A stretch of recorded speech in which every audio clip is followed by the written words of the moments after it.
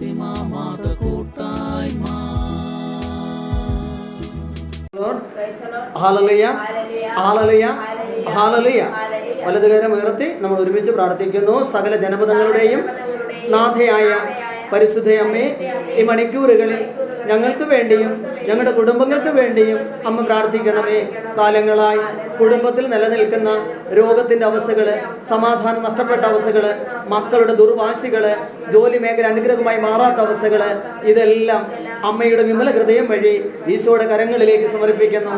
അമ്മ മാതാവേ, കൂട്ടായ്മയുടെ അമ്മേ, ഫാത്തിമ മാതാവേ, ഈ കൂട്ടായ്മയിൽ ഇന്ന് പങ്കെടുത്ത് പ്രാർത്ഥിക്കുന്ന ഈ വചന ശുശ്രൂഷയിൽ പങ്കെടുക്കുകയും പ്രാർത്ഥിക്കുകയും ഏതൊക്കെ കുടുംബങ്ങളിൽ ഇത് ഓൺ ചെയ്ത് കാണുകയും ചെയ്യുന്നു, അവരുടെ ജീവിതങ്ങളിൽ അത്ഭുതങ്ങളും അടയാളങ്ങളും അവിടുത്തെ പുത്രന്റെ നാമത്തിൽ സംഭവിക്കുവാൻ അമ്മ പ്രാർത്ഥിക്കണമേ. Hallelujah, hallelujah, hallelujah.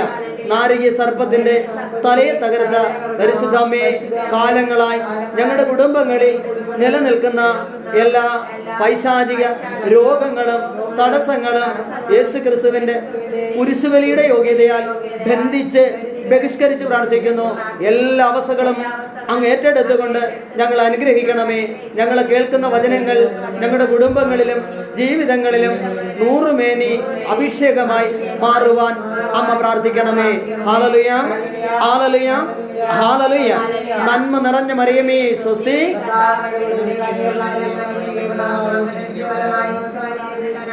പരിശുദ്ധ മറിയമേ തമ്പുരാന്റെ അമ്മേ, പാപികളായി ഞങ്ങൾക്ക് വേണ്ടി ഇപ്പോൾ ഞങ്ങളുടെ മരണസമയത്തും തമ്പുരാനോട് അപേക്ഷിക്കണമേ. അമ്മേ, ഈശോ മിശിഹായുടെ എല്ലാ വാഗ്ദാനങ്ങൾക്കും ഞങ്ങൾ യോഗ്യരാകുവാൻ ഈശോ മിശിഹായ്ക്ക് സ്തുതിയായിരിക്കട്ടെ. നമുക്ക് ബൈബിൾ എടുക്കാം. ഇന്ന് ദിവസം ദൈവത്തിന്റെ പരിശുദ്ധാത്മാവ് ഫാത്തിമ മാതാ കൂട്ടായ്മയിലൂടെ ഞങ്ങളോട് സംസാരിക്കാൻ പോകുന്ന പരിശുദ്ധ വചനത്തെ ഒരു നിമിഷം ദൈവകരങ്ങളിൽ കൊടുക്കാം. ആത്മാവായ ദൈവമേ, ഈ മണിക്കൂറുകളിൽ ഞങ്ങൾ കേൾക്കുവാൻ പോകുന്ന വചനങ്ങൾ അങ്ങയുടെ ആത്മാവും ജീവനുമായ വചനമാണ്. ഈ വചനം കേൾക്കുന്ന മാത്രയിൽ തന്നെ വലിയ കുടുംബങ്ങളിൽ അത്ഭുതങ്ങൾ, അടയാളങ്ങൾ, വചനം കേട്ടുകൊണ്ടിരിക്കുന്നവർക്ക് രോഗശാന്തികള്, മാറാ രോഗങ്ങൾ വിട്ടുമാറുന്ന അവസ്ഥകള്, കുടുംബത്തിൽ സമാധാനം നിലനിൽക്കുന്ന അവസ്ഥകളെല്ലാം ഈ വചനത്തിലൂടെ സംഭവിക്കുവാൻ അമ്മ പ്രാർത്ഥിക്കണമേ.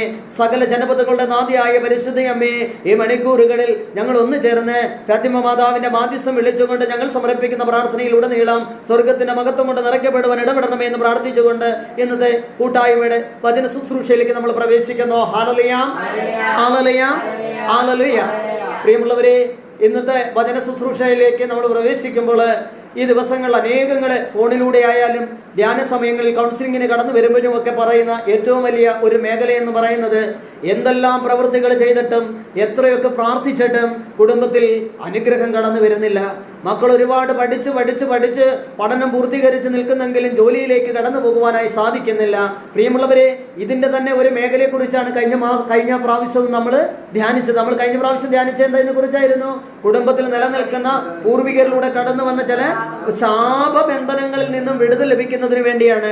പ്രിയമുള്ളവരെ, ഈ കൂട്ടായ്മയുടെ ഈ സമയത്ത് ഈ ദിവസങ്ങളിൽ പ്രാർത്ഥിച്ചുകൊണ്ട് എന്താണ് ഈ ആഴ്ച പറയേണ്ടത്, എന്താണ് ഈ ആഴ്ചത്തെ കൂട്ടായ്മയ്ക്ക് ടോപ്പിക് എന്ന് ദൈവത്തോട് ചോദിച്ച പരിശുദ്ധാത്മാവ് നൽകിയ ബോധ്യം എന്ന് പറയുന്നത്, പ്രിയമുള്ളവരെ, കുടുംബങ്ങളിൽ ദൈവത്തിന്റെ ശക്തി വ്യാപരിക്കുവാൻ തടസ്സമായി നിൽക്കുന്ന ചില മേഖലകളുണ്ട്.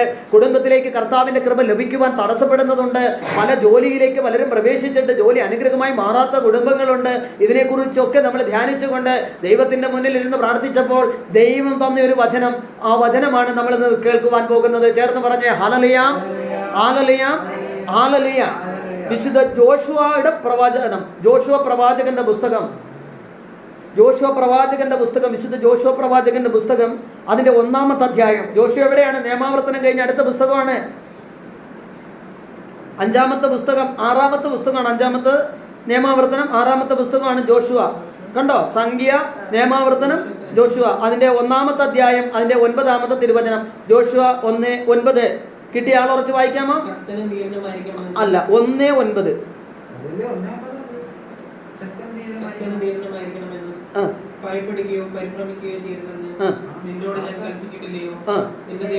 നിന്റെ ദൈവമായ കർത്താവ് നീ പോകുന്നിടത്തേക്ക് നിന്റെ കൂടെ ഉണ്ടായിരിക്കും. Hallelujah, hallelujah, hallelujah.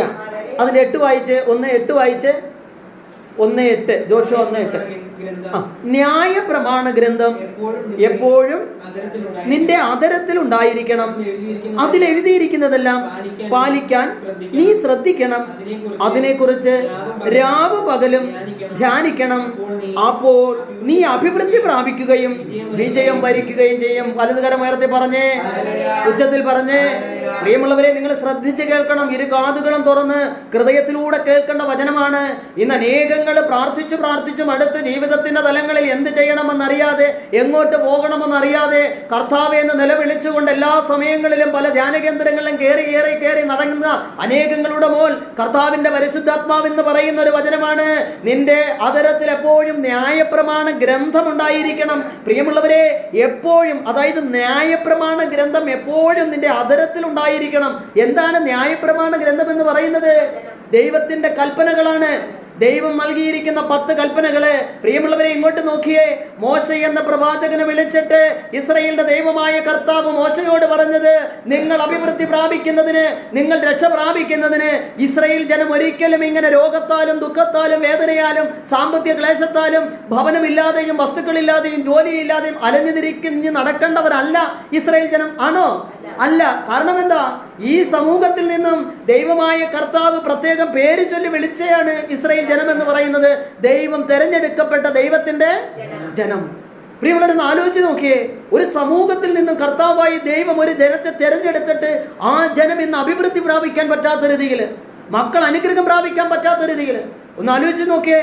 30, 35 വയസ്സുള്ള പെൺകുട്ടികള് വിദ്യാഭ്യാസവും എല്ലാം ഉണ്ടെങ്കിലും ജോലി ലഭിക്കുന്നില്ല. ഇവിടുന്ന് കാനഡയ്ക്കും UK-യിലും ഒക്കെ പോയിട്ട് പലരും ലക്ഷങ്ങൾ കൊടുത്ത് വീടൊക്കെ പണയം വെച്ച് വീട് വിറ്റ് പല രീതിയിലുള്ള ലോണൊക്കെ എടുത്ത് പോയിട്ടും അവരൊക്കെ വിളിച്ച് പറയാണ്, ബ്രദറെ PR കിട്ടാൻ വേണ്ടി ഞങ്ങൾക്കൊന്ന് പ്രാർത്ഥിയിര്, ഞങ്ങൾക്ക് PR കിട്ടുന്നില്ല. 3 വർഷത്തേക്ക് പഠനത്തിനായി കടന്നു വന്നു, വലിയ ഒരു എമൗണ്ട് ഫീസ് കൊടുത്ത് പഠിച്ചു. അതിനുശേഷം PR കിട്ടിക്കഴിഞ്ഞാൽ ഒരു ജോലിയിലൂടെ എല്ലാം തിരിച്ചെടുക്കാമെന്നുള്ള പല ബോധ്യത്തിലൂടെയാണ് അനേകങ്ങൾ കടന്നുപോയെങ്കിലും ഇന്ന് പോയെടുത്തു നിന്നും എന്ത് ചെയ്യുന്നില്ല? രക്ഷ പ്രാപിക്കാൻ കഴിയുന്നില്ല. പ്രിയമുള്ളവരെ, വിസയുടെ കാലാവധി കഴിഞ്ഞാൽ തിരിച്ചെന്ത് ചെയ്യണം? നാട്ടിലേക്ക് തിരിച്ചു മടങ്ങി വരണ്ട. അനേകങ്ങൾ വിളിക്കുകയാണ്. സത്യം പറഞ്ഞാൽ ഇന്ന് അനേകങ്ങളുടെ നിലവിളി കാരണം പലരും വിളിച്ചിട്ട് എന്നെ കാണാനൊക്കെ കടന്നു വന്നിട്ട് പറയുന്നത്, ഞങ്ങൾക്ക് വേണ്ടി ഒന്ന് പ്രാർത്ഥിയേ. എന്തുകൊണ്ടാണ് ഞങ്ങളുടെ ജീവിതത്തിൽ ഞങ്ങളൊരു അനുഗ്രഹമായി മാറാത്തത്? പ്രിയമുള്ളവരെ, ഈ ദിവസങ്ങളിൽ ഈ ഒരു മേഖലയ്ക്ക് വേണ്ടി പ്രാർത്ഥിച്ചപ്പോൾ ദൈവത്തിന്റെ പരിശുദ്ധാത്മാവ് നൽകിയ വചനഭാഗമാണ് ന്യായപ്രമാണം 1:8. നമ്മളിപ്പോൾ വായിച്ചു കേട്ടത് ജോഷുവയുടെ 1:8. ന്യായപ്രമാണം എപ്പോഴും നിന്റെ അതരത്തിൽ. ദൈവമായ കർത്താവ് അന്ന് പറഞ്ഞു, മോശ എന്ന പ്രവാചകനെ വിളിച്ചിട്ട് പറഞ്ഞു, മോശേ, നീ ഇസ്രായേൽ ജനത്തെ പറഞ്ഞു പഠിപ്പിക്കണം, ഇവർക്ക് മനസ്സിലാക്കി കൊടുക്കണം. ഇത് മറന്നു പോകാതിരിക്കുന്നതിന് വേണ്ടി കൽപ്പലകകളിൽ നീ ഇത് എഴുതിക്കൊണ്ടു പോകണം. അങ്ങനെ ദൈവമായ കർത്താവ് താൻ തെരഞ്ഞെടുത്ത ജനത്തിന് വേണ്ടി ഈ സമൂഹത്തിൽ അവരെന്ന് ഉയർന്നു നിൽക്കുവാൻ, പ്രിയമുള്ളവരെ, ഇസ്രായേലിന്റെ ദൈവമായ കർത്താവ് അവിടുന്ന് മോശയോട്, അവിടുന്ന് അബ്രഹാമിനോട് പറഞ്ഞിരുന്നു, നിന്റെ മക്കൾ ആകാശത്തിലെ നക്ഷത്രങ്ങളെ പോലെ എന്തായിരിക്കുമെന്നാ? എന്നും ജ്വലിച്ചു നിൽക്കുമെന്ന്. നക്ഷത്രങ്ങൾ എന്നും തിളങ്ങി നിൽക്കുന്നത് പോലെ. ഇന്ന് വല്ല തിളക്കം ഉണ്ടോ നമുക്ക്? നമ്മുടെ മക്കളെല്ലാം തിളക്കം മങ്ങി. ഇന്ന് പല മക്കൾക്കും തിളക്കം ഒട്ടുമില്ലാത്ത അവസ്ഥയായി. കുടുംബത്തിന്റെ മേഖലകളിൽ മക്കൾ വീണു പോകുന്ന അവസ്ഥകള്. പ്രിയമുള്ളവരെ, ഇസ്രായേലിന്റെ ദൈവമായ കർത്താവ് നിനക്ക് വേണ്ടി ഒരു വാഗ്ദാനം നൽകിയിട്ടുണ്ടെങ്കിൽ അത് വെറുതെ നൽകിയിരിക്കുന്നതാണോ? ഒരിക്കലുമല്ല. പിന്നെയോ, ദൈവം നിനക്ക് നൽകിയിരിക്കുന്ന വാഗ്ദാനം നിന്റെ ജീവിതകാലം മുഴുവനും, നിന്റെ തലമുറ, എത്ര തലമുറയാ പറഞ്ഞിരിക്കുന്നത്? 1000 തലമുറ നിന്നെ അനുഗ്രഹിക്കുമെന്ന് 20:6 പറഞ്ഞിട്ടുണ്ടെങ്കിൽ, ദൈവത്തിന്റെ അതരത്തിൽ നിന്ന് പുറപ്പെട്ട വചനം കൊണ്ട് ദൈവം നിന്നെ അഭിഷേകം ചെയ്യുന്നു പറഞ്ഞിട്ട് ഇന്നൊരു അഭിഷേകമാകാതെ, അനുഗ്രഹമാകാതെ നിന്റെ ജീവിതത്തിൽ നീ എവിടെങ്കിലും തളർന്നിരിക്കുന്ന ഒരവസ്ഥയാണ് ഇനിയെങ്കിൽ അത് ഇസ്രായേലിന്റെ ദൈവത്തിന്റെ കുറവ് കൊണ്ടല്ല, പിന്നെയോ നമ്മുടെ കുറവ് കൊണ്ട്. എനിക്ക് എവിടെയാണ് വീഴ്ച പറ്റിയത്? എവിടെയാണ് എനിക്കൊരു കുറവ് സംഭവിച്ചത്? പ്രിയമുള്ളവരെ, ഇതിനെക്കുറിച്ച് നമ്മൾ പ്രാർത്ഥിച്ചപ്പോൾ ദൈവം നൽകിയൊരു ബോധ്യമാണ് ഇന്നത്തെ നമ്മുടെ ടോപ്പിക്ക്. ചേർന്ന് പറഞ്ഞേ, ഉച്ചത്തിൽ പറഞ്ഞേ. പ്രിയമുള്ളവരെ, ഈ മണിക്കൂറുകളിൽ ഇപ്പോൾ പ്രാർത്ഥിച്ചുകൊണ്ടിരിക്കുമ്പോൾ ഈ വചന ശുശ്രൂഷ കണ്ടുകൊണ്ടിരിക്കുന്ന ഒരു വ്യക്തിയില് ഹാർട്ട് സംബന്ധമായ രോഗത്തിന്റെ ആധിപത്യത്തിൽ നിന്ന് കർത്താവ് സുഖപ്പെടുത്തുന്നതായിട്ട് ഈശോ വെളിപ്പെടുത്തുന്നുണ്ട്. ഒരു ഹല്ലേലൂയ പറഞ്ഞേ, ഉച്ചത്തിൽ പറഞ്ഞേ. പ്രിയമുള്ളവരെ, പരിശുദ്ധ വചനം പറയുന്നു, ന്യായ പ്രമാണ ഗ്രന്ഥം എപ്പോഴും നിന്റെ അതരത്തിൽ ഉണ്ടായിരിക്കണം. അടുത്ത എന്താ പറഞ്ഞിരിക്കുന്നത്? അതിൽ എഴുതിയിരിക്കുന്നതെല്ലാം പാലിക്കാൻ നീ ശ്രദ്ധിക്കണം കേട്ടോ. പ്രിയമുള്ളവർ, ഇത് വെറുതെ ദൈവം എഴുതി തന്നതല്ല. ഈ ന്യായപ്രമാണ ഗ്രന്ഥം കൊണ്ട് വീട്ടിലെ പെട്ടിയിൽ വെച്ച് പൂട്ടിയിട്ട് അത് നോക്കാതെയും കാണാതെയും അതിനനുസരിക്കാതെ ജീവിക്കാൻ വേണ്ടി അല്ല ദൈവം തന്നിരിക്കുന്നത്. പിന്നെയോ, അതിൽ എഴുതിയിരിക്കുന്നതെല്ലാം നീ എന്ത് ചെയ്യണം എന്ന് പറഞ്ഞിരിക്കുന്നത്? പാലിക്കാൻ നീ ശ്രദ്ധിക്കണം. വീണ്ടും അതിനെക്കുറിച്ച് രാവും പകലും ധ്യാനിക്കണം. അപ്പോൾ നീ അഭിവൃദ്ധി പ്രാപിക്കും. പരിശുദ്ധ വചനം പറയാണ്, നിനക്ക് തന്നിരിക്കുന്ന ന്യായപ്രമാണ ഗ്രന്ഥം നിന്റെ അധരത്തിൽ ഉണ്ടായിരിക്കണമെന്ന് പറഞ്ഞാൽ എന്താണ്? നല്ലൊരു ബോധ്യം. നീ ഒരിക്കലും ദൈവം പറഞ്ഞിരിക്കുന്ന വഴികളിൽ നിന്ന് എന്ത് ചെയ്യാൻ പാടില്ല? വ്യതിചലിക്കാൻ പാടില്ല. ഇസ്രായേലിന്റെ ദൈവമായ കർത്താവ് നിന്നെ സൂക്ഷ്മമായി നിരീക്ഷിച്ചുകൊണ്ടാണ് ഇരിക്കുന്നത്. കർത്താവിന്റെ കണ്ണുകളുടെ പ്രത്യേകത എന്താ? എത്രയാ? 10,000 സൂര്യനെ. അങ്ങനെയാണ് പ്രഭാഷകന്റെ പുസ്തകത്തിൽ പറയുന്നത്. പ്രഭാഷകൻ 23:18 പറയാണ്, 18, 19, 20 വചനങ്ങളിൽ പറയാണ്, 10,000 സൂര്യനേക്കാൾ പ്രകാശമുള്ള നിന്റെ കർത്താവിന്റെ കണ്ണുകൾ സദാ നിന്നെ തന്നെ ഉറ്റുനോക്കിക്കൊണ്ടിരിക്കുന്നു. ആയതിനാൽ പ്രിയമുള്ളവരെ ശ്രദ്ധിച്ചു കേട്ടോ, നിന്റെ ജീവിതത്തിൽ ദൈവഹിതമല്ലാത്ത പ്രവൃത്തിയിലൂടെ സഞ്ചരിക്കുമ്പോഴെല്ലാം നീ ദൈവത്തിൽ നിന്നും പൂർണ്ണമായും അകന്നു പോകും. ഇന്നെൻ്റെ ജീവിതത്തിൽ ഞാൻ ദൈവത്തിൽ നിന്ന് അകന്നു പോയത് കൊണ്ടാണ് എനിക്ക് കർത്താവിൻ്റെ മുന്നിൽ അനുഗ്രഹമായി മാറുവാനായി സാധിക്കാത്തത്. പ്രിയമുള്ളവരോട് വചനം പറയാണ്, അതിൽ എഴുതിയിരിക്കുന്നതെല്ലാം പാലിക്കാൻ നീ ശ്രദ്ധിക്കണം. അതിനെക്കുറിച്ച് രാവും പകലും നീ ധ്യാനിക്കണം. അപ്പോൾ നീ അഭിവൃദ്ധി പ്രാപിക്കുകയും വിജയം വരിക്കുകയും ചെയ്യും. ഒരു ഹല്ലേലൂയ പറഞ്ഞേ, ഉച്ചത്തിൽ പറഞ്ഞേ. ഇന്നെൻ്റെ ജീവിതത്തിൽ ഞാനൊരു വിജയമാണോ? ആണോ? അല്ലെങ്കിൽ എന്താ കാരണമെന്നാ പരിശുദ്ധ വചനം പറയുന്നത്? ന്യായപ്രമാണ ഗ്രന്ഥത്തെക്കുറിച്ച് ഞാൻ എന്ത് ചെയ്യുന്നില്ല? ധ്യാനിക്കുന്നില്ല. ദൈവം തന്ന കൽപ്പനകളിൽ നിന്ന് ഞാൻ എന്ത് ചെയ്തു? നമ്മൾ പറയുന്നൊരു കാര്യമുണ്ട്, കൽപ്പനകളൊക്കെ പഴയ നിയമത്തിൽ പറഞ്ഞിരിക്കുന്നതാണ്. കൽപ്പനയൊന്നും അനുസരിച്ചാലും ഇല്ലേലും ഒന്നും കുഴപ്പമില്ല. എൻ്റെ ചുറ്റുപാടും താമസിക്കുന്നവര്, എൻ്റെ ചുറ്റുപാടും താമസിക്കുന്ന മറ്റുള്ളവര്, മറ്റു വിജാതീയര്, അവരൊക്കെ ഇത് പാലിക്കുന്നുണ്ടോ? അവരൊക്കെ എന്ത് ചെയ്യുന്നു? അഭിവൃദ്ധി പ്രാപിക്കുന്നില്ലേ? ഇന്ന് ക്രിസ്ത്യാനി ചോദിക്കുന്നതാ. ക്രിസ്തീയ മക്കൾ ചോദിക്കുന്ന ഒരു ചോദ്യമാണ്, എൻ്റെ ചുറ്റുപാടും താമസിക്കുന്നവരൊക്കെ അഭിവൃദ്ധി പ്രാപിക്കുന്നല്ലോ. പ്രിയമുള്ളവരെ, പരിശുദ്ധ വചനം പറയാണ്, അങ്ങനെ മറ്റുള്ളവരെ കണ്ട് അവരുടെ ചെയ്യുന്ന പ്രവൃത്തികൾ അനുസരിച്ച് ജീവിക്കാനല്ല ഈ സമൂഹത്തിൽ നിന്നും ഇസ്രായേലിന്റെ ദൈവമായ കർത്താവ് നിന്നെ പ്രത്യേകം തെരഞ്ഞെടുത്തത്. നിന്നെ ഒരു തെരഞ്ഞെടുപ്പിലൂടെയാണ് ദൈവം സ്വന്തമാക്കിയത്. അവൻ തന്റെ ഛായയിലും സദൃശ്യത്തിലും സൃഷ്ടിച്ച നിന്നെ അവിടുന്ന് തെരഞ്ഞെടുത്ത് അവനോട് ചേർത്ത് നിർത്തിയെങ്കിൽ ആ ചേർത്ത് നിർപ്പിൽ നീ അനുസരിക്കേണ്ട ഏറ്റവും വലിയ കാര്യം ദൈവത്തിന്റെ കൽപ്പനയാണ്. ചേർന്ന് പറഞ്ഞേ, ഉച്ചത്തിൽ പറഞ്ഞേ. അപ്പൊ കൽപ്പനയിലൂടെ ചലിച്ചു പോകാത്തത് കൊണ്ടാണ് എൻ്റെ ജീവിതത്തിൽ ഇന്ന് ചില കാര്യങ്ങൾ തടസ്സപ്പെട്ടിരിക്കുന്നത്. നമുക്ക് പെട്ടെന്ന് മലാക്കിയുടെ പുസ്തകം ഒന്ന് എടുക്കാം. മലാക്കി എവിടെയാ? മത്തായി തുടങ്ങുന്നതിന് തൊട്ട് മുൻപുള്ള പുസ്തകമാണ്. അതായത് പുതിയ നിയമത്തിൽ ആദ്യത്തെ പുസ്തകം മത്തായിയാണ്. അതിന് തൊട്ട് മുൻപുള്ള, മലാക്കി പഴയ നിയമമാണ്, അതിൽ തൊട്ട് മുമ്പുള്ള പുസ്തകമാണ് മലാക്കി. അതെടുത്തിട്ട് അതിന്റെ 3-ാമത്തെ അധ്യായം അതിന്റെ 7-ാമത്തെ വചനം ഒന്ന് വായിക്കാമോ? 3:7. നിങ്ങളുടെ പിതാക്കന്മാരുടെ കാലം മുതൽ എന്റെ കൽപ്പനകളിൽ നിന്നും നിങ്ങൾ വ്യതിചലിച്ചു, അവ അനുഷ്ഠിച്ചില്ല. നിങ്ങൾ എൻ്റെ അടുക്കലേക്ക് മടങ്ങി വരുവിൻ, അപ്പോൾ ഞാൻ നിങ്ങളുടെ അടുത്തേക്ക് വരാം. സൈന്യങ്ങളുടെ കർത്താവ് അരുളി ചെയ്യുന്നു. എന്നാൽ നിങ്ങൾ ചോദിക്കുന്നു, എങ്ങനെയാണ് ഞങ്ങൾ മടങ്ങി വരേണ്ടത്? ഒരു ഹല്ലേലൂയ പറഞ്ഞേ, ഉച്ചത്തിൽ പറഞ്ഞേ. പ്രിയമുള്ളവരെ, ഇവിടെ പരിശുദ്ധ വചനം മലാക്കിയുടെ പുസ്തകം 3-ാം അധ്യായം 7-ാമത്തെ വചനത്തിൽ പറയാണ്, നിങ്ങളുടെ പിതാക്കന്മാരുടെ കാലം മുതൽ എൻ്റെ കൽപ്പനകളിൽ നിന്ന് നിങ്ങൾ വ്യതിചലിച്ചു. കണ്ടോ? ഇസ്രായേലിന്റെ ദൈവമായ കർത്താവ് ഇന്ന് നമ്മളോട് പറയാണ്, നിന്നോട് ഞാൻ കൽപ്പിച്ചാണ് നിന്നെ ഞാൻ വിട്ടത്. എന്താണ്? നീ കൽപ്പനകൾ രാവും പകലും നീ ധ്യാനിക്കണം. ഇത് നിന്റെ അധരത്തിൽ എപ്പോഴും ഉണ്ടായിരിക്കണം. അതിൽ എഴുതിയിരിക്കുന്നതൊക്കെ നീ പാലിക്കണം. എങ്കിൽ മാത്രമേ നീ അഭിവൃദ്ധി പ്രാപിക്കൂ. എങ്കിൽ മാത്രമേ നീ വിജയം കൈവരിക്കൂ.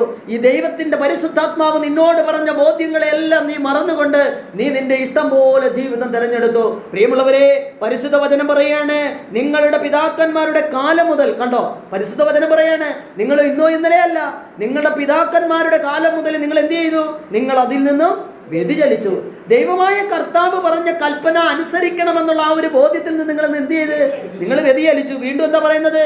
അവ അനുഷ്ഠിച്ചില്ല, നിങ്ങൾ അതൊന്നും അനുസരിച്ചില്ല. വീണ്ടും നിങ്ങൾ എൻ്റെ അടുക്കലേക്ക് മടങ്ങി വരുവിൻ, അപ്പോൾ ഞാൻ നിങ്ങളുടെ അടുത്തേക്ക്. നിങ്ങളൊന്ന് ശ്രദ്ധിച്ചു കേട്ടെ, ഇവിടെ വചനം പറയാണ്, നീ ദൈവത്തിന്റെ കൽപ്പനകൾ അനുസരിക്കാതെ ദൈവത്തിൽ നിന്ന് അകന്നു പോയെങ്കിൽ, പ്രിയമുള്ളവരെ, നീ അകന്നുപോയ മേഖലയിലൂടെ കടന്നു പോവുകയല്ല ചെയ്യേണ്ടത്. പിന്നെയോ, നീ എത്ര അകന്നു പോയാലും, നീ നിന്റെ ഇസ്രായേലിന്റെ ദൈവത്തിൽ നിന്ന് എത്ര അകന്നു പോയാലും നിന്റെ മടങ്ങി വരവിന് വേണ്ടി കാത്തിരിക്കുന്നവനാണ് നിന്റെ കർത്താവ്. ഒരു ഹല്ലേലൂയ പറഞ്ഞേ. അതുകൊണ്ടല്ലേ പരിശുദ്ധ വചനം പറഞ്ഞത്, ഒരാൾക്ക് 100 ആടുകൾ ഉണ്ടായിരിക്കെ അതിനെ ഒന്ന് നഷ്ടപ്പെട്ടു പോയാൽ 99നെയും അവിടെ വിട്ടിട്ട് നഷ്ടപ്പെട്ടു പോയതിനെ അന്വേഷിച്ച് പോകുന്നവനാണ് നമ്മുടെ കർത്താവ്. എന്നിട്ട് പരിശുദ്ധ വചനം പറയാണ്, അതിനെ കണ്ടു കിട്ടുമ്പോൾ അവൻ എന്താ ചെയ്യുന്നത്? അതിനെ തോളിൽ വെച്ച് അവനെ തോളിൽ വെച്ച്, കണ്ടുകിട്ടുന്നതിനെ തോളിൽ വെച്ച് സന്തോഷത്തോടെ മടങ്ങി വരുന്ന കർത്താവ്. പ്രിയമുള്ളവരെ, അവിടുന്ന് ഈശോ പരിശുദ്ധ വചനത്തിൽ പറയാണ്, നമ്മുടെ ജീവിതത്തിൽ നമ്മൾ എപ്പോഴൊക്കെ ദൈവത്തിൽ നിന്ന് അകന്നു പോയോ അങ്ങനെ അകന്നു പോകാനായിട്ട് ദൈവം അനുവദിക്കുന്നില്ല.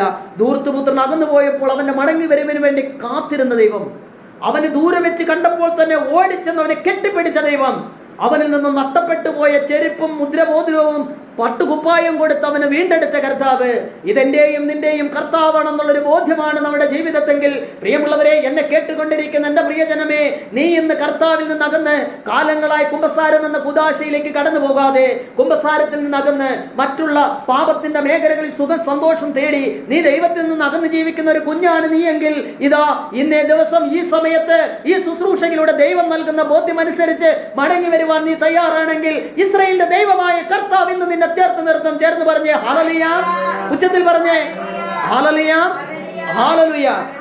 ഇവിടെ വചനം പറയാണ്, നിങ്ങൾ മടങ്ങി വരുവിൻ. പ്രിയമുള്ളവരെ, നിങ്ങൾ എൻ്റെ അടുക്കിലേക്ക് മടങ്ങി വരുവിൻ. നിങ്ങൾ എൻ്റെ അടുക്കിലേക്ക് മടങ്ങി വരുമെങ്കിൽ അപ്പോൾ ഞാനും നിങ്ങളുടെ അടുക്കലേക്ക് മടങ്ങി വരാം. സൈന്യങ്ങളുടെ കർത്താവ് അരുളി ചെയ്യുന്നു. എന്നാൽ നിങ്ങൾ ചോദിക്കുന്നു, എങ്ങനെയാണ് ഞാൻ മടങ്ങി വരേണ്ടത്? നമ്മൾ കർത്താവിന്റെ മുന്നിൽ ഇന്ന് പലരും ചോദിക്കുകയാണ്.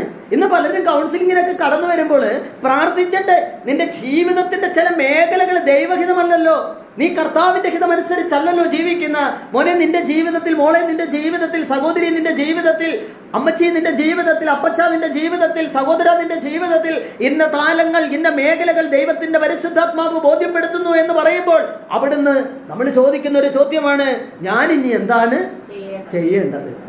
ഞാനിനി എന്താണ് ചെയ്യേണ്ടത്? പ്രിയമുള്ളവരെ, ഇവിടെ വചനം പറയാണ്, എന്നാൽ നിങ്ങൾ ചോദിക്കുന്നു, എങ്ങനെയാണ് ഞാൻ മടങ്ങി വരേണ്ടത്? കർത്താവിനോട് ചോദിക്കുകയാണ്, ഞാൻ എങ്ങനെയാണ് മടങ്ങി വരേണ്ടത്? എങ്ങനെയാ മടങ്ങി വരേണ്ടത്? അതിന്റെ 8-ാമത്തെ വചനം വായിച്ച, നിങ്ങൾ ഇപ്പോൾ വായിച്ച 3:7. ഇനി അതിന്റെ 8 വായിക്കാമോ? മലാക്കി 3:8. മനുഷ്യൻ ദൈവത്തെ കൊള്ളയടിക്കുമോ? എന്നാൽ നിങ്ങൾ എന്നെ കൊള്ള ചെയ്യുന്നു. എങ്ങനെയാണ് ഞങ്ങൾ അങ്ങേ കൊള്ള ചെയ്യുന്നതെന്ന് നിങ്ങൾ ചോദിക്കുന്നു. ദശാംശങ്ങളിലും കാഴ്ചകളിലും തന്നെ ഒരു ഹല്ലേലൂയ പറഞ്ഞേ, ഉച്ചത്തിൽ പറഞ്ഞേ. പ്രിയമുള്ളവരെ, ഇവിടെ പരിശുദ്ധ വചനം പറയുകയാണ്, ദൈവത്തിൽ നിന്ന് അകന്നുപോയി ഇനി എന്ത് ചെയ്യണമെന്നറിയാതെ സകല പാപ മേഖലകളിലൂടെയും കടന്നുപോയി എന്ന് ദൈവത്തിൻ്റെ അടുത്ത് ചോദിക്കുകയാണ്, കർത്താവേ, ഞങ്ങൾ എങ്ങനെയാണ് മടങ്ങി വരേണ്ടത്? ഞങ്ങൾ പള്ളിയിൽ വന്ന് പ്രാർത്ഥിക്കുന്നില്ലേ? കുർബാനയിൽ പങ്കെടുക്കുന്നില്ലേ? നിന്റെ ഹിതമനുസരിച്ച് ജീവിക്കുന്നില്ലേ? പാപത്തിൽ നിന്നെല്ലാം ഒഴിഞ്ഞു നിൽക്കുന്നില്ലേ? എന്നിട്ടും കുടുംബത്തിൽ അനുഗ്രഹം പ്രാപിക്കാത്തത് കൊണ്ട് നമ്മൾ ഓരോരുത്തരും ദൈവത്തിന്റെ മുന്നിൽ ചോദിക്കുകയാണ്, കർത്താവേ, ഇനിയും ഞങ്ങൾ എങ്ങനെയാണ് മടങ്ങി വരേണ്ടത്? ഞങ്ങൾ എങ്ങനെയാ വരേണ്ടത്? പ്രിയമുള്ളവരെ, മലാക്കി പ്രവാചകൻ പറയാണ്, 3:8 പറയാണ്, മനുഷ്യൻ ദൈവത്തെ കൊള്ളയടിക്കുമോ? ഒരു ഹല്ലേലൂയ പറഞ്ഞേ, ഉച്ചത്തിൽ പറഞ്ഞേ. ദൈവമായ കർത്താവ് ചോദിക്കുകയാണ്, മനുഷ്യൻ ദൈവത്തെ കൊള്ളയടിക്കുമോ? വീണ്ടും എങ്ങനെ പറഞ്ഞിരിക്കുന്നത്? എന്നാൽ നിങ്ങൾ എന്നെ കൊള്ള ചെയ്യുന്നു. കണ്ടോ, കർത്താവ് പറയാണ്, നിങ്ങൾ എന്നെ കൊള്ള ചെയ്യുന്നു. എങ്ങനെയാണ് ഞങ്ങൾ അങ്ങയെ കൊള്ള ചെയ്യുന്നതെന്ന് നിങ്ങൾ ചോദിച്ചപ്പോൾ അവിടുന്ന് പറയാണ്, ദശാംശങ്ങളിലും കാഴ്ചകളിലും തന്നെ ഒരു ഹല്ലേലൂയ പറഞ്ഞേ, ഉച്ചത്തിൽ പറഞ്ഞേ. പ്രിയമുള്ളവരെ, നമ്മുടെ ജീവിതത്തിൽ ദൈവം നൽകുന്ന ജീവിതത്തിനും നമുക്ക് നൽകുന്ന സമ്പത്തിനും സകലത്തിനും കർത്താവിന് എന്ത് ചെയ്യണം? ദശാംശം കൊടുക്കണം. നമ്മൾ ദശാംശത്തിന് വലിയൊരു അനുഗ്രഹമുണ്ട്. ദശാംശം കൊടുക്കുന്ന ഒരു കുടുംബവും ഒരു വ്യക്തിയും ജീവിതത്തിൽ ഒരിക്കലും തളർന്നു പോകുവാനും വീണു പോകുവാനും ഇസ്രായേലിന്റെ ദൈവമായ കർത്താവ് അനുവദിക്കില്ല. ചേർന്ന് പറഞ്ഞേ, ഉച്ചത്തിൽ പറഞ്ഞേ.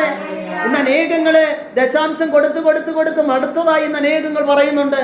പലരും പറയാണ്, ഞങ്ങൾ ഒരുപാട് കാലം കൊണ്ട് ദശാംശം കൊടുത്തു, പക്ഷേ ഇനിയിപ്പോൾ ഞങ്ങൾക്കൊന്ന് ജീവിക്കണ്ടേ? പ്രിയമുള്ളവരെ, നമ്മുടെ ജീവിതത്തിൽ നമ്മുടെ സമ്പത്തിൽ നിന്നും നമുക്ക് കിട്ടുന്ന മുഴുവനുമാണോ ദശാംശമായി കൊടുക്കുന്നത്? പിന്നെയോ 10-1. അതെ, അത് ഇസ്രായേലിന്റെ ദൈവമായ കർത്താവ് നമുക്ക് പറഞ്ഞിട്ടുള്ളതാണ്. ആണോ?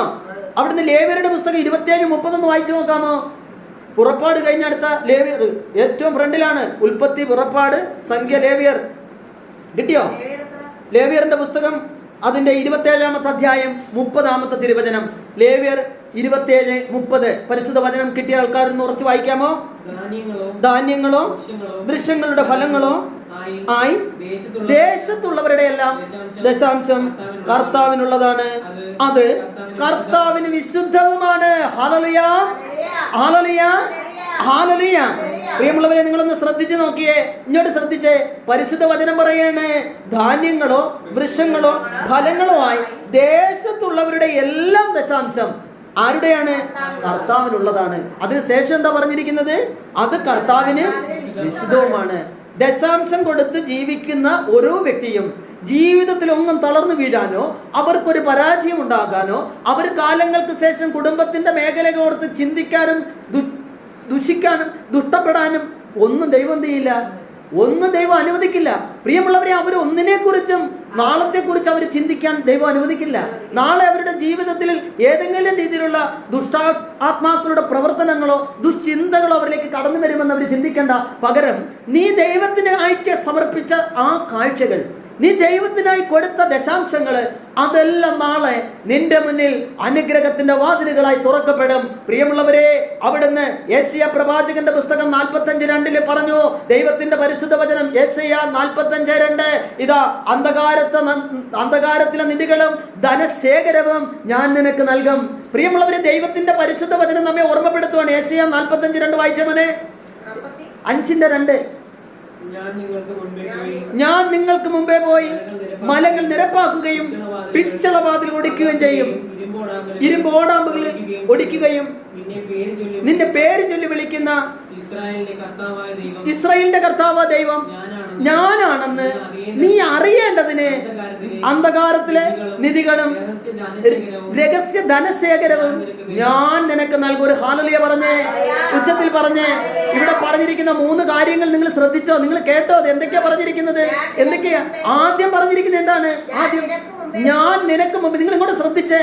നമ്മുടെ ജീവിതങ്ങളിൽ ദൈവത്തിന് ദശാംശം കൊടുത്ത് ജീവിക്കുന്ന വ്യക്തികളിൽ, പ്രിയമുള്ളവരെ, ഒരു പ്രതിസന്ധി ഉണ്ടാകുമ്പോൾ നിന്റെ ഇസ്രായേലിന്റെ ദൈവമായ കർത്താവ് നിന്റെ പ്രതിസന്ധിയിൽ നീ അറിയുന്നതിന് മുമ്പ് തന്നെ നിനക്ക് മുൻപേ പോകും. എന്നിട്ട് എന്ത് ചെയ്യുമെന്ന് പറഞ്ഞിരിക്കുന്നത്? അവിടെ പോയി നിനക്ക് എന്ത് ചെയ്യും? മലകൾ, അതായത് നിന്റെ ജീവിതത്തിലെ പ്രതിസന്ധി എന്താണോ അത് മല പോലെ നിൽക്കുന്ന പ്രതിസന്ധിയാണെങ്കിലും ഇസ്രായേലിന്റെ ദൈവമായ കർത്താവ് ആ പ്രതിസന്ധിയിൽ നിന്ന് നിന്നെ പൂർണ്ണമായും നിരപ്പാക്കുമെന്ന് പറഞ്ഞാൽ രക്ഷിക്കും. രണ്ടാമത് വായിച്ചോ, പിച്ചളവാതിലുകൾ. എത്ര സ്ട്രോങ് ആയിട്ട് നിന്റെ മുൻപിൽ പ്രതിസന്ധിയായിട്ട് നിൽക്കുന്ന ഏത് പ്രതിസന്ധി ആയാലും, ഈ ലോകത്തിലുള്ള ഒരു മനുഷ്യന് തകർക്കാൻ പറ്റാത്ത രീതിയിൽ നിൽക്കുന്ന പ്രതിസന്ധി ആയാലും, പരിശുദ്ധ വചനം പറയാണ്, ഇസ്രായേലിന്റെ ദൈവമായ കർത്താവിന് ദശാംശം കൊടുത്ത് ജീവിക്കുന്ന ഒരു വ്യക്തിയാണ് നീയെങ്കിൽ ആ വിശ്വസ്തതയിൽ ദൈവം പിച്ചളവാതിലുകൾ തുറന്ന് ഇരുമ്പോടാമ്പലുകൾ ഒടിച്ച് നിനക്ക് വഴിയൊരുക്കുന്ന ദൈവം എന്ന് പറഞ്ഞാൽ, നിന്റെ ജീവിതത്തിൽ എന്ത് പ്രതിസന്ധി ഉണ്ടെങ്കിലും, ഏത് അവസ്ഥ നിന്റെ മുന്നിൽ നിന്നാലും, പ്രിയമുള്ളവരെ, നിനക്കുള്ള മുൻപേ പോയി ആ പ്രതിസന്ധികളെല്ലാം കർത്താവ് എന്ത് ചെയ്യും? തരണം ചെയ്യും. അതിനുശേഷം എന്താ പറഞ്ഞിരിക്കുന്നത്? അടുത്ത വായിച്ചേ,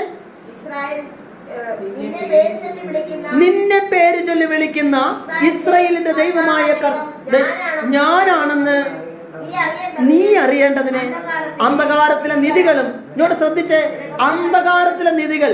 പ്രിയമുള്ളവരെ, അന്ധകാരം എന്ന് പറഞ്ഞാൽ എന്താണ്? അതെ, നമ്മുടെ ജീവിതത്തില് ഏതെങ്കിലും പ്രതിസന്ധികളിൽ, നമ്മുടെ സാമ്പത്തിക മേഖലകളൊക്കെ എവിടെയെങ്കിലും, അതായത് ദൈവത്തിന് ദശാംശം കൊടുത്ത് ജീവിക്കുന്ന വ്യക്തിയുടെ കാര്യമാണ് പറയുന്നത്.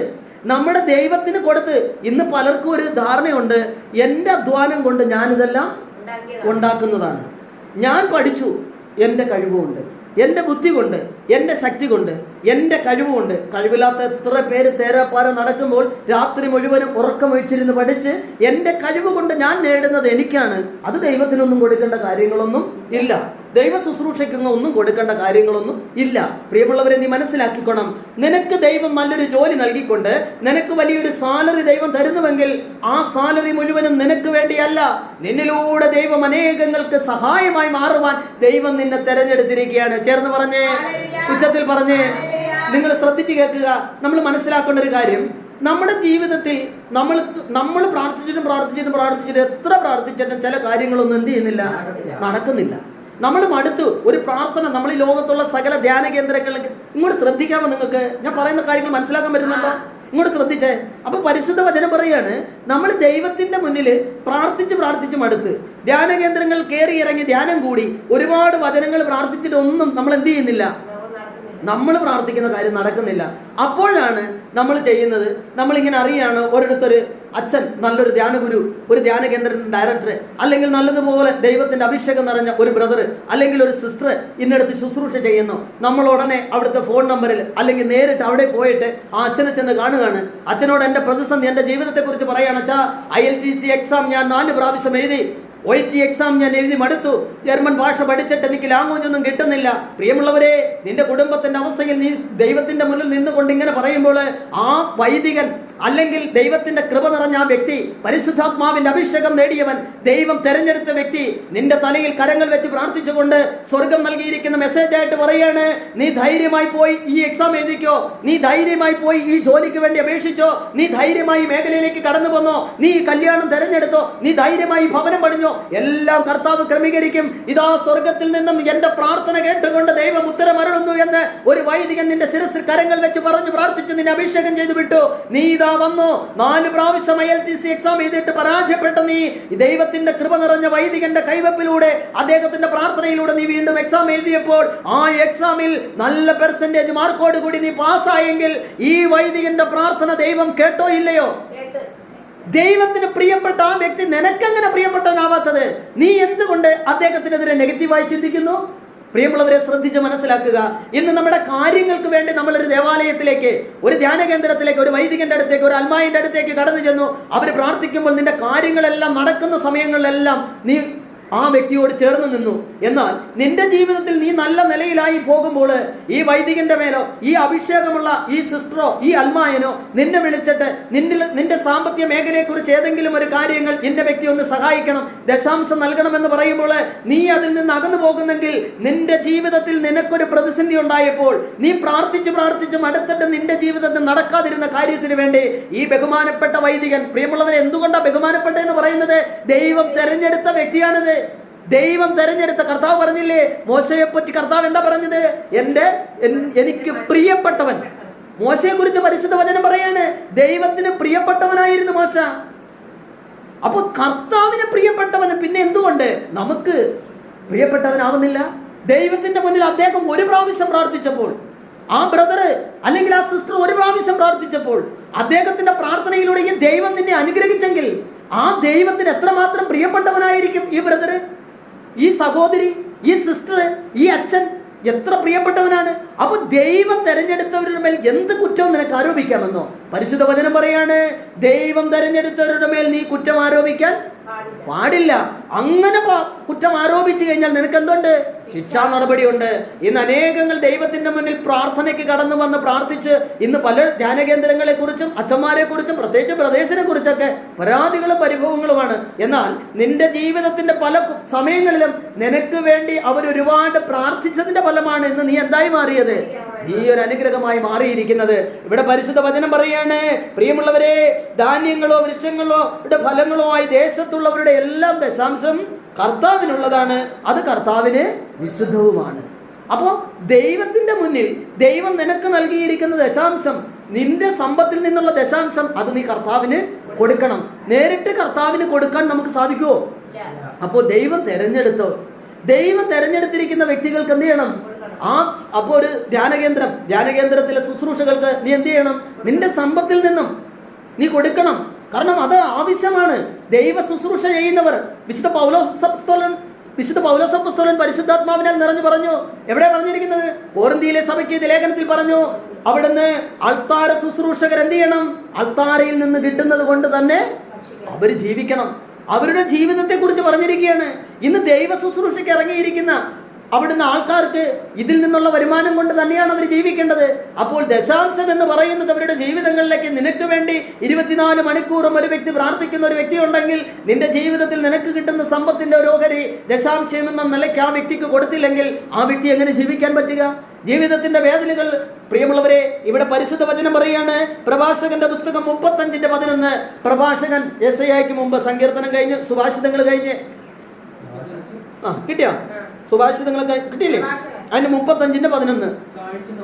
കാഴ്ച സമർപ്പിക്കുമ്പോൾ മുഖം വാടരുത്, സന്തോഷത്തോടെ ദശാംശം കൊടുക്കണം. ഒരു ഹല്ലേലൂയ പറഞ്ഞേ, ഉച്ചത്തിൽ പറഞ്ഞേ.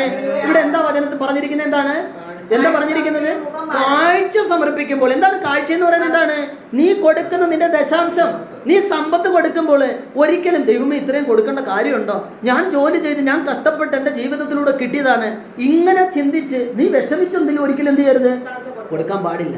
പ്രിയമുള്ളവരെ, പരിശുദ്ധ വചനം പറയാണ്, നിന്റെ വലത് കൈ ചെയ്യുന്നത് ഇടത് കൈ അറിയരുത്. മത്തായിയുടെ സുവിശേഷത്തിൽ 5-ാമത്തെ അധ്യായത്തിൽ പരിശുദ്ധ വചനം പറയാണ്, നിന്റെ വലത് കൈ ചെയ്യുന്നത് ഒരിക്കലും ഇടത് കൈ അറിയാൻ പാടില്ല എന്ന് പറഞ്ഞാൽ, നീ നിന്റെ ദശാംശം കൊടുക്കുന്നത് നിന്റെ കൈ അറിയരുതെന്ന് പറഞ്ഞാൽ നിന്റെ കൂടെ താമസിക്കുന്ന വ്യക്തി പോലും ദൈവത്തിന് കൊടുക്കുന്നതിന്റെ കണക്ക് പറഞ്ഞ് നീ ആ വ്യക്തിയെ പോലും അസ്വസ്ഥപ്പെടുത്താൻ പാടില്ല.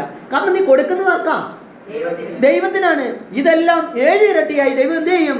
തിരിച്ചു തരും. പ്രിയമുള്ളവരെ, ദശാംശം കൊടുക്കുമ്പോൾ സന്തോഷത്തോടെ കൊടുക്കണം. വീണ്ടും ലൂക്കായുടെ സുവിശേഷം 6-ാം അധ്യായം അതിന്റെ 38-ാമത്തെ തിരുവചനം. ലൂക്ക 6:36. കിട്ടിയ ആൾ ഉറച്ചു വായിക്കാമോ? ലൂക്ക 6:38. വായിച്ചോ. കൊടുക്കുവിൻ, നിങ്ങൾക്ക് കിട്ടും. അമർത്തി കുലുക്കി നിറച്ചളന്ന് അവർ നിങ്ങളുടെ മടിയിൽ ഇട്ട് തരും. നിങ്ങൾ അളക്കുന്ന അളവ് കൊടുത്തു തന്നെ നിങ്ങൾക്ക് അളന്ന് കിട്ടും. ഒരു ഹല്ലേലൂയ പറഞ്ഞേ, ഉച്ചത്തിൽ പറഞ്ഞേ. പ്രിയമുള്ളവരെ, പരിശുദ്ധ വചനം പറയാണ്, നിങ്ങൾ കൊടുക്കുവിൻ. കൊടുക്കുമ്പോഴാണ് നിങ്ങൾക്കും കിട്ടുന്നത്. കൊടുക്കാത്ത വ്യക്തിക്ക് എന്തില്ല? കിട്ടത്തില്ല. അപ്പൊ കർത്താവിന്റെ മുന്നിൽ നീ എന്ത് കൊടുക്കുന്നുവോ അത് കർത്താവ് ഈ കൊടുക്കുന്നതൊക്കെ തിരിച്ച് നിനക്ക് ഇരട്ടിയായി. എങ്ങനെ ഇരട്ടിയായിട്ട് കിട്ടുന്നതെന്ന് അറിയാമോ? എങ്ങനെ കിട്ടുന്നത്? ഒന്ന്, നിന്റെ മക്കളിലൂടെ.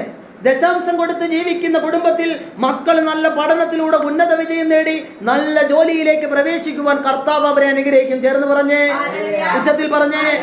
2, ഈ ദശാംശം കൊടുത്ത് ജീവിക്കുന്ന വ്യക്തിയുടെ ജീവിതത്തിൽ സാമ്പത്തികപരമായ ഒരു തകർച്ചയെ വരുവാൻ ദൈവം അനുവദിക്കില്ല. ചേർന്ന് പറഞ്ഞേ, ഹല്ലേലൂയ, ഹല്ലേലൂയ. 3, സാമ്പത്തികപരമായി ഇവരുടെ ജീവിതത്തിൽ, പ്രിയമുള്ളവരെ, നാളെ ഒരു സമയത്ത് ഇവരുടെ വാർദ്ധക്യാവസ്ഥയില് സാമ്പത്തിക മേഖലയ്ക്ക് വേണ്ടി ആരുടെ മുന്നിലും കൈനീട്ടാൻ അനുവദിക്കാത്ത രീതിയിൽ ദൈവത്തിന്റെ പരിശുദ്ധാത്മാവ് ഇവരെ എന്ത് ചെയ്യും? ഇവരെ അനുഗ്രഹിക്കും. കർത്താവ് എന്താ പറഞ്ഞത്? എന്നെ പ്രതിയോ സുവിശേഷത്തെ പ്രതി നീ എന്തൊക്കെ ചെയ്താലും അതിനെന്തുണ്ട്? എല്ലാത്തിനും പ്രതിഫലമുണ്ട്. ഒരു ഹല്ലേലൂയ പറഞ്ഞേ, ഉച്ചത്തിൽ പറഞ്ഞേ, ഹല്ലേലൂയ, ഹല്ലേലൂയ. വീണ്ടും ലൂക്ക 46 വായിക്കാം. 6:46. ഇപ്പൊ നിങ്ങൾ 6-ാമത്തെ അധ്യായമാണ് വായിച്ചത്. അതിന്റെ 46-ാമത്തെ വചനമാണ് പറഞ്ഞത്.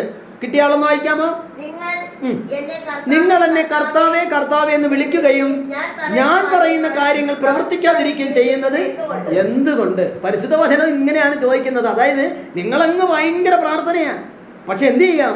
നിങ്ങളുടെ സമ്പത്തിൽ നിന്ന് നിങ്ങൾ ദശാംശം കാര്യങ്ങളൊന്നും കൊടുക്കാനായിട്ട് അവിടെ നിങ്ങൾക്ക് മത്സരമാണ്. അവിടെ നിങ്ങൾ എല്ലാ കാര്യങ്ങളും മത്സരമാണ്. നിങ്ങൾ ദൈവത്തിന് കൊടുക്കുന്ന കാര്യത്തിൽ 100 കാര്യങ്ങളാണ് പറയുന്നത്. ഒന്ന്, കിട്ടുന്നത് ഞങ്ങൾക്ക് തന്നെ തികയുന്നില്ല. ഒന്നാമത് നമ്മൾ പറയുന്നതാണ്, കിട്ടുന്നത് എനിക്ക് തന്നെ തികയുന്നില്ല. പ്രിയമുള്ളവരെ, ദൈവത്തെ ഒരിക്കലും പറ്റിക്കാമെന്ന്, അത് തന്നെയല്ലേ നമ്മൾ ആദ്യം വായിച്ചത്? ദൈവത്തെ കൊള്ളയടിക്കാമെന്ന് നിങ്ങൾ ഒരിക്കലും വ്യാമോഹിക്കരുത്. ഇവിടെ നമ്മൾ കേട്ടില്ലേ? അവിടുന്ന് മലാക്കിയുടെ പുസ്തകത്തിൽ പറഞ്ഞില്ലേ? എന്താ പറയാ? മലാക്കി 3:8, മനുഷ്യൻ ദൈവത്തെ കൊള്ളയടിക്കുമോ നിങ്ങൾ എന്നെ കൊള്ള ചെയ്യുന്നു എന്നാണ് മലാക്കി 3:8 പറയുന്നത്. അപ്പോൾ ഇതൊരു കൊള്ളയാണ് എന്ന് പറഞ്ഞാൽ ദൈവത്തിന്റെ മുന്നിൽ ഒരുപാട് പ്രാർത്ഥിച്ചു, ദൈവം നിന്നെ അനുഗ്രഹിച്ച് വലിയ സമ്പന്നനാക്കി. സമ്പന്നതയുടെ നടുവിൽ നിൽക്കുമ്പോൾ ദൈവത്തിന് ദശാംശം കൊടുക്കുവാനായി നിനക്ക് മടി. നീ പറയാണ്, ഈ കിട്ടുന്നത് കൊണ്ട് എന്റെ കാര്യങ്ങൾ പോലും 3 ലക്ഷം രൂപ ശമ്പളം കിട്ടുന്ന വ്യക്തി എത്ര ദശാംശം കൊടുക്കണം? എത്ര കൊടുക്കേണ്ടത്? 30,000 കൊടുക്കണം. ഈ 30,000 3 ലക്ഷം രൂപ കിട്ടുന്ന വ്യക്തി 30,000 കൊടുക്കുന്ന കാര്യത്തെക്കുറിച്ച് ചിന്തിക്കുമ്പോൾ അവർക്ക് എന്താവും തോന്നുന്നത്? പേടിയാണ് തോന്നുന്നത്. 30,000 രൂപയോ ദശാംശമോ? അതുകൊണ്ട് എന്ത് ചെയ്യാം? ഒരു 5,000 രൂപ കൊടുത്തുകൊണ്ട് ഞാൻ എന്ത് ചെയ്യും? ദശാംശം കൊടുത്തു. 5,000 രൂപ. ഇത് ദശാംശമാണോ? അല്ല. ഇത് കർത്താവിനെ നീ എന്ത് ചെയ്യാ? നീ കൊള്ളയടിക്കുകയാണ്. ഇതല്ലേ മലാക്കി 3:8 പറഞ്ഞത്? നിങ്ങൾ ദൈവത്തെ കൊള്ളയടിക്കുമോ? നിങ്ങൾ എന്നെ കൊള്ള ചെയ്യുന്നു. അപ്പോൾ ദൈവത്തിന് ദശാംശം കൊടുക്കേണ്ട പൈസ പിടിച്ചു വെച്ചിട്ട് നമ്മുടെ ജീവിതത്തിൽ ഇതിനെല്ലാം നമ്മൾ എന്ത് ചെയ്യും? നമ്മൾ ഇങ്ങനെയാണ്, പലരും ഇങ്ങനെയാണ്. ഒരു സഹോദരി ഈ അടുത്ത കാലത്തായി കൗൺസിലിങ്ങിനായി കടന്നു വന്നിരിക്കുമ്പോൾ അവള് ഒരു വലിയൊരു സ്ഥലത്ത് ഒരു ഹോസ്പിറ്റലിൽ വലുത്ത ഹെഡ് നേഴ്സായിട്ട് ജോലി ചെയ്തിരുന്ന ഒരു വ്യക്തിയാണ്. ഇന്ന് ഇവിടെ നാട്ടിൽ സെറ്റിൽഡായി ഇവിടെ കടന്നു വന്നു. അപ്പം ഞാനിങ്ങനെ പ്രാർത്ഥിക്കുന്ന സമയത്ത് കർത്താവ് എനിക്ക് തന്നൊരു മെസ്സേജ് ഇതാണ്. മലാക്കി 3:8 എനിക്ക് തന്ന വചനം അവൾക്ക് വേണ്ടി പ്രാർത്ഥിക്കാനായിട്ട്. അപ്പം ഞാനിങ്ങനെ സഹോദരിയോട് ചോദിച്ചു, ജീവിതത്തിന്റെ സമയങ്ങളിൽ നല്ല സാമ്പത്തിക മേഖലയിലൂടെയൊക്കെ കടന്നുപോയ സമയം അവളിങ്ങനെയാണ്. അവൾ ചെയ്യുന്ന ഹോസ്പിറ്റലിൽ, അതായത് ഒരാഴ്ചയിൽ അവൾക്ക് ഇത്ര മണിക്കൂർ ജോലി ചെയ്താൽ മതി. അപ്പോൾ 2 ദിവസം കൊണ്ട് തന്നെ അവൾ ആ ജോലി, ഒരാഴ്ചത്തെ ജോലി ചെയ്യും. അത് കഴിഞ്ഞിട്ട് അവൾ വേറെ ഹോസ്പിറ്റലിൽ പോയി കൂടെ ജോലി ചെയ്യും. അപ്പോൾ ഇരട്ടി ശമ്പളം കിട്ടുന്ന രീതിയിൽ. അപ്പോൾ ദൈവത്തിന് ഞാൻ ചോദിച്ചു, ദശാംശം കൊടുക്കാറുണ്ടായിരുന്നു? അവൾ പറഞ്ഞു, കറക്റ്റായിട്ട് ഇന്ന് വരെ 1 രൂപ പോലും ദശാംശം ഞാൻ മുടക്കിയിട്ടേ ഇല്ല. അപ്പോൾ അവളിങ്ങനെ പറയുമ്പോൾ വീണ്ടും പരിശുദ്ധാത്മാവ് എനിക്ക് ഈ വചനം തന്നെയാണ് തരുന്നത്. ഞാൻ ചോദിച്ചു, നീ എങ്ങനെയാ ദശാംശം കൊടുത്തതെന്ന് പറയാമോ? അപ്പോൾ അവൾ എന്നോട് പറഞ്ഞു, ഇങ്ങനെയാണ് ബ്രദറെ, ഞാൻ എല്ലാ മാസങ്ങളിലും കറക്റ്റായിട്ട് 5,000 രൂപ വെച്ച് കൊടുക്കുമായിരുന്നു. ഞാൻ ചോദിച്ചു, നിനക്ക് എത്ര രൂപ സാലറി കിട്ടുമായിരുന്നു? അപ്പോൾ അവൾ പറഞ്ഞു, ഞാൻ ഒരു ഹോസ്പിറ്റലിൽ ജോലി ചെയ്യുന്നതിന് 3 ലക്ഷം രൂപയോളം എനിക്ക് സാലറി കിട്ടുമായിരുന്നു. മറ്റൊരു ആശുപത്രിയിൽ ഞാൻ പോകുമായിരുന്നു. എല്ലാം കൂടെ ഒരു മാസം ഞാൻ ഏതാണ്ട് ഒരു 10 ലക്ഷം രൂപയ്ക്കകത്ത് കിട്ടുമായിരുന്നു. അത്രയും രൂപ സാലറി കിട്ടുന്ന വ്യക്തി എത്ര ദശാംശം കൊടുക്കുന്നത്? 5000 രൂപ. എന്നിട്ട് ആ വ്യക്തി പറഞ്ഞ് ഇങ്ങനെയാണ്, ദൈവത്തിന് അത്രയും കൊടുത്താൽ പോരെ, കാരണം കർത്താവിന് പൈസയുടെ ആവശ്യം ഉണ്ടോ? നമ്മുടെ പലരുടെയും ചോദ്യമാണ് അല്ലേ, ദൈവത്തിന് പൈസയുടെ ആവശ്യമുണ്ടോ? പിന്നെ ഇതിനൊക്കെ എന്തിനാ കൊടുക്കുന്നത്? പ്രിയമുള്ളവരെ, നീ മനസ്സിലാക്കുക, പരിശുദ്ധ വചനം ഇവിടെ പറയാണ്, നിങ്ങൾ എന്നെ കർത്താവേ കർത്താവേ എന്ന് വിളിക്കുന്നു, ഞാൻ പറയുന്ന കാര്യങ്ങൾ നിങ്ങൾ പ്രവർത്തിക്കാതിരിക്കുകയും ചെയ്യുന്നു. അപ്പൊ കർത്താവ് എന്ന് പറഞ്ഞാൽ ഞാൻ പ്രാർത്ഥിക്കുന്നു, ഞാൻ പറയുന്നതാണ്, ഞാൻ പ്രാർത്ഥന ഭയങ്കര പ്രാർത്ഥനയാണ്, വിശുദ്ധ കുർബാനയിൽ പങ്കെടുക്കും, എല്ലാ കാര്യങ്ങളും ആക്റ്റീവാണ്, ഞാൻ ഒരു പാപം ചെയ്യുന്നില്ല, ഒരു കാര്യങ്ങളും ചെയ്യുന്നില്ല. പക്ഷെ കാര്യം എന്താണ്? ഏറ്റവും വലിയ പാപമായ കർത്താവിനെ തന്നെ എന്ത് ചെയ്യാണ്? പറ്റിച്ചുകൊണ്ടിരിക്കുകയാണ് എൻ്റെ ജീവിതത്തിൽ. എന്നെ കേട്ടുകൊണ്ടിരിക്കുന്ന പ്രിയമുള്ളവരെ, നിന്റെ ജീവിതത്തിൽ ദൈവാനുഗ്രഹം നീ ആഗ്രഹിക്കുന്നെങ്കിൽ നീ കർത്താവിന് നിനക്ക് കിട്ടുന്ന സമ്പത്തിന്റെയും നിന്റെ സമയത്തിന്റെയും ദശാംശം ദൈവത്തിന് കൊടുത്തിരിക്കണം. ഒരു ഹല്ലേലൂയ പറഞ്ഞേ, ഉച്ചത്തിൽ പറഞ്ഞേ. വീണ്ടും മത്തായിയുടെ സുവിശേഷം 6-ാമത്തെ അധ്യായം 24-ാമത്തെ വചനം. മത്തായി 6:24. പെട്ടെന്ന് കിട്ടിയ ആള് കുറച്ച് വായിക്കാമോ? മത്തായിയുടെ സുവിശേഷം. 2 യജമാന്മാരെ സേവിക്കാൻ ആർക്കും സാധിക്കുകയില്ല. ഒന്നെങ്കിൽ ഒരുവനെ ദ്വേഷിക്കുകയും അവരനെ സ്നേഹിക്കുകയും ചെയ്യും, അല്ലെങ്കിൽ ഒരുവനെ ബഹുമാനിക്കുകയും അവരനെ നിന്ദിക്കുകയും ചെയ്യും. ദൈവത്തെയും മാമോനെയും സ്നേഹിക്കുവാൻ നിങ്ങൾക്ക് സാധിക്കുകയില്ല. Hallelujah, hallelujah, hallelujah. പ്രിയമുള്ളവരെ, ഇവിടെ പരിശുദ്ധ വചനം പറയാണ്, 2 യജമാന്മാരെ സേവിക്കാൻ ആർക്കും സാധിക്കില്ല. ഏതാണ് ഈ 2 യജമാനൻ എന്ന് പറയുന്നത്?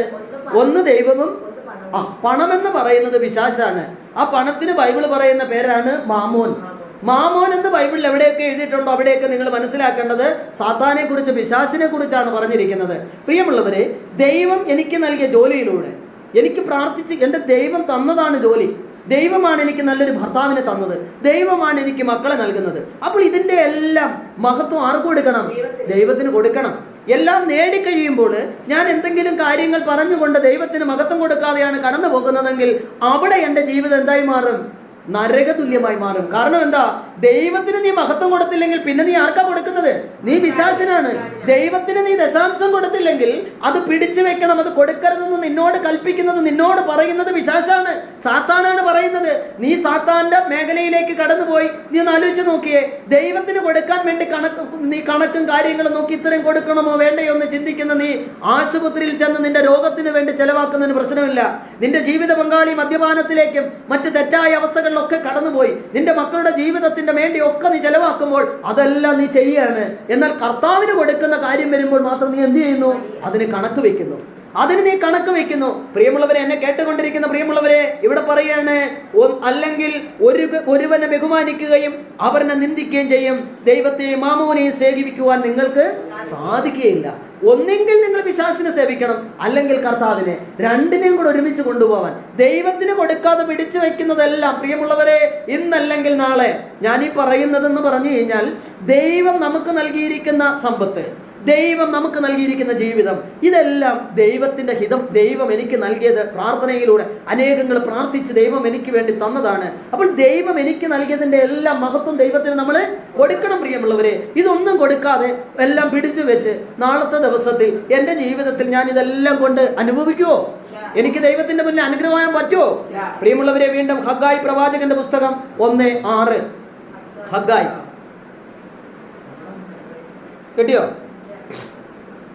ഹഗ്ഗായി പ്രവാചകൻ പഴയ നിയമത്തിലാണ്, അതായത് മലാക്കിയൊക്കെ മുമ്പുള്ള പുസ്തകമാണ് ഹഗ്ഗായി. സെഫാനിയയ്ക്ക് തൊട്ട് മുമ്പ്. കിട്ടിയോ? കിട്ടിയ ആൾ വായിച്ചേ, കുറച്ച് വായിച്ചേ.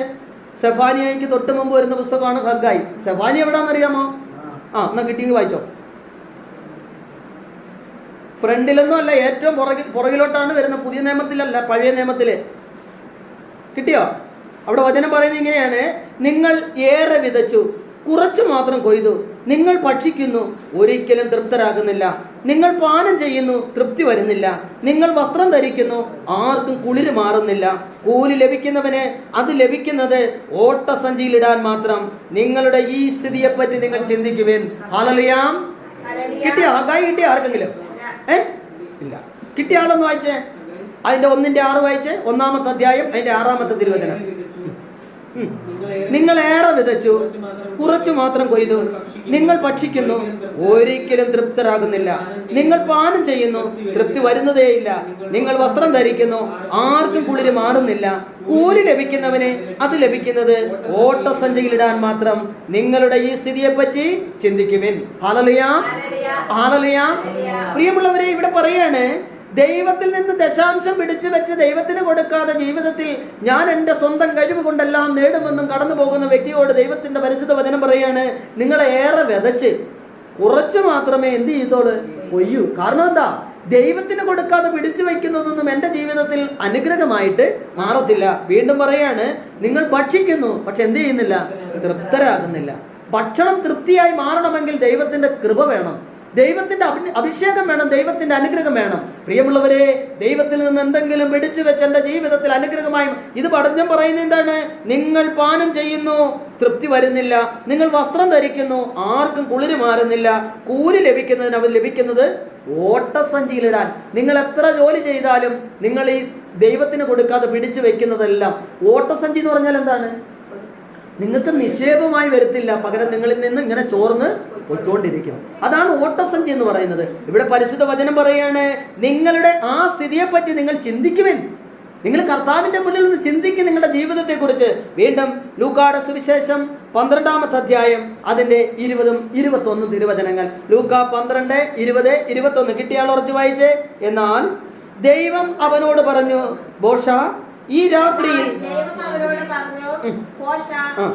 ഈ രാത്രിയിൽ നിന്റെ ആത്മാവിനെ നിന്നിൽ നിന്നും ആവശ്യപ്പെടും.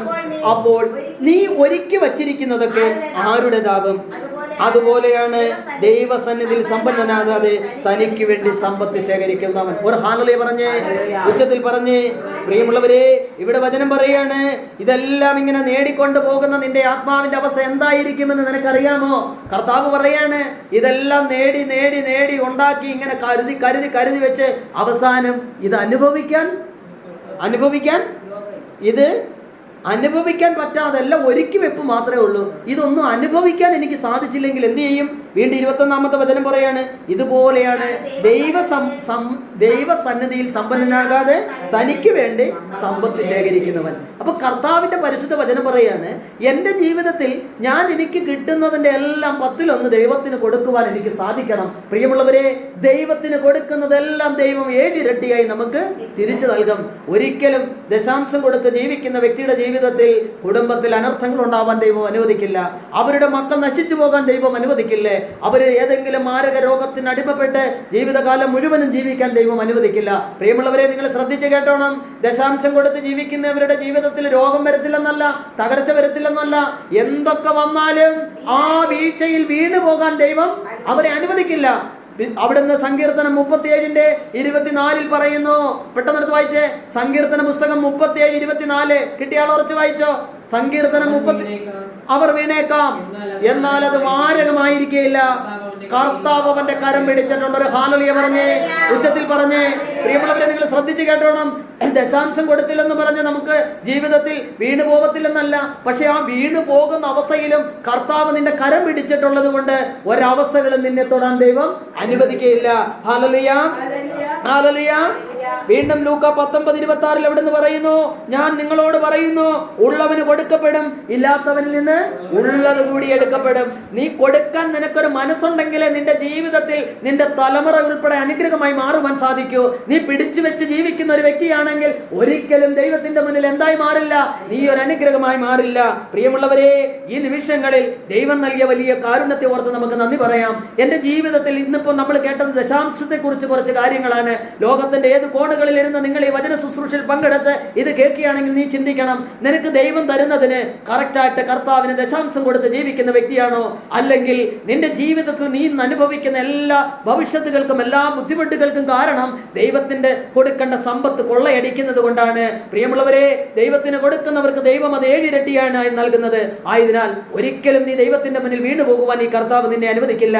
ബൈബിളൊക്കെ അടച്ചു വയ്ക്കാം. ഒരു നിമിഷം നമുക്ക് ദൈവസന്നിധിയിലേക്ക് ഒന്ന് എണീറ്റ് നിൽക്കാം. പ്രിയമുള്ളവരെ, ഈ നിമിഷം നിമിഷങ്ങളിൽ കരങ്ങള് കുപ്പിപിടിച്ച് ഈശോയുടെ മുന്നിൽ നമ്മളെന്ന് പ്രാർത്ഥിക്കുകയാണ്. പ്രിയമുള്ളവരെ, രാജാക്കന്മാരുടെ പുസ്തകത്തിലെ ഏലിയ എന്ന് പറയുന്ന പ്രവാചകൻ പ്രാർത്ഥിച്ചപ്പോൾ ദൈവത്തിന്റെ ശക്തി വ്യാപരിച്ചുകൊണ്ട് അനേകം ജീവിതങ്ങളിൽ ദൈവത്തിന്റെ അഭിഷേകം നിറഞ്ഞതുപോലെ ഇന്നത്തെ ഈ വചന ശുശ്രൂഷയിൽ പങ്കെടുത്ത് പ്രാർത്ഥിക്കുന്ന അനേകങ്ങളുടെ ജീവിതത്തിൽ സ്വർഗത്തിന്റെ മഹത്വം നിറയപ്പെടുന്നതിന് വേണ്ടി പ്രാർത്ഥിക്കാം.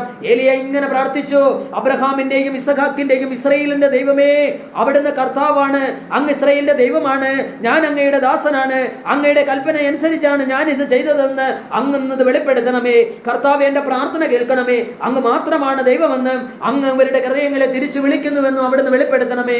കാരുണ്യവാനും സ്നേഹസമ്പന്നനുമായ നല്ല ദൈവമേ, ഈ മണിക്കൂറുകളിൽ ഇന്നത്തെ ഈ വചന ശുശ്രൂഷയിൽ പങ്കെടുത്ത് ദൈവത്തിന്റെ മുന്നിൽ അനുഗ്രഹമാകുവാൻ തടസ്സമായി നിൽക്കുന്ന എല്ലാ തടസ്സ മേഖലകളെയും യേശു ക്രിസ്തുവിന്റെ പരിശുദ്ധ നാമത്തിന്റെ ശക്തിയിൽ ബന്ധിച്ച് ബഹിഷ്കരിച്ച് പ്രാർത്ഥിക്കുന്നു. കാലങ്ങളായി കുടുംബത്തിൽ നിലനിൽക്കുന്ന ജോലി മേഖല അനുഗ്രഹമായി മാറാത്ത എല്ലാ തടസ്സങ്ങളും വിട്ടുമാറട്ടെ. സാമ്പത്തിക ബുദ്ധിമുട്ടുകൾ മാറിപ്പോകട്ടെ. മദ്യപാനത്തിന്റെ ദുരാത്മാക്കൾ കുടുംബത്തിൽ നിന്ന് വിട്ടുമാറട്ടെ.